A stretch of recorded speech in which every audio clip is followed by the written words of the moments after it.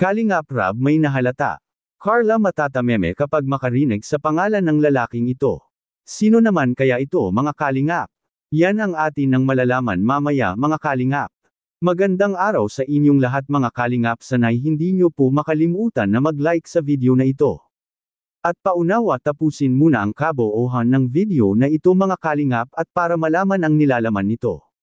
At maraming salamat po mga kalingap sa pagpatuloy na pagsuporta lalo na kay Kuya Val Santos Matubang at Kalingap Rab. Carla at Kuya Jomar ang isa sa matagumpay na love team ng Team Kalingap. Ngunit ang isang malaking problema lang ni Kuya Jomar mga kalingap ay ang kung kailan kaya ito sasagutin ni Carla mga kalingap si Kuya Jomar. At lalo pa ngayon na si Carla ay kapag nakarinig sa pangalan ng lalaki na ito ay para bang may pinapahiwatig ito mga kalingap. Pero bago yun ay atin munang alamin ang malaking chance ni Kuya Jomar mga kalingap para kay Carla sa kanyang panliligaw mga kalingap. Napag-usapan nga sa dalawang magtambalan na ito mga kalingap na palagi nang bibisita si Kuya Jomar sa bahay nila ni Carla ngayon kapag nakalipat na sila dito mga kalingap. At kapag nangyari yun mga kalingap ay mas mapadali ni Kuya Jomar na mapasagot si Carla kaagad mga kalingap dahil sa kapag nakaramdam na si Carla sa pagpapahalaga ni Kuya Jomar sa kanya at tiyak hindi na magtatagal ang dalawang love team na ito mga kalingap at siguradong sasagutin na talaga itong si Kuya Jomar ni Carla mga kalingap. Nag-aalala lang ang mga supporters ng Jomcar mga kalingap. Dahil sa alam naman nating lahat na marami talaga ang magkakagusto kay Carla mga kalingap lalo pa ngayon na nakikita na siya at nakikilala na ito sa mundo ng social media mga kalingap.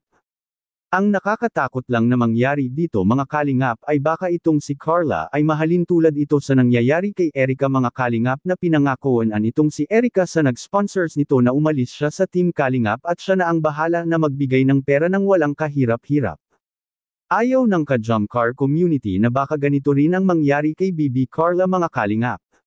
Lalo pa ngayon na may isang binata na nakatira sa abroad ngayon mga kalingap at nagbalak itong umuwi sa Daet at para makita at makilala itong si Carla sa personal mga kalingap.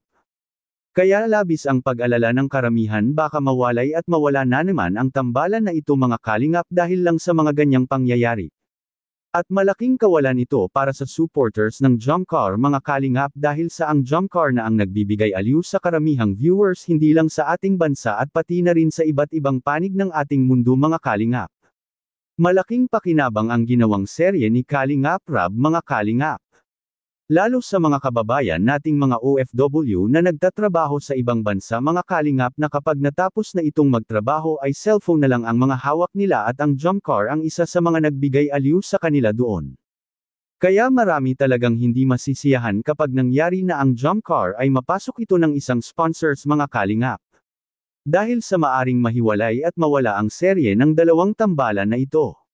Ngunit sa ating kaalaman naman patungkol kay Carla ay naiiba itong si Carla mga kalingap kay Erica dahil sa si Carla mga kalingap ay marunong itong nakokontento sa mga bagay-bagay kung anong meron siya ngayon mga kalingap, kaya malabong mangyari na mapasok itong si Carla sa isang sponsor na gustong sirain ang samahan ng Jomcar mga kalingap, at sa kabilang dako naman mga kalingap Carla matatameme sa tuwing makakarinig sa pangalan ng lalaking ito. Makikita po natin sa video. Dati nga po wala akong ngayon. Sabagay. Appreciative sa role lang natin talaga. Dati wala ka rin, Jomar. Ay, Meron na ba talaga? Meron na ba talaga? Wala pa rin. Ayos na mag-speechless. Speechless.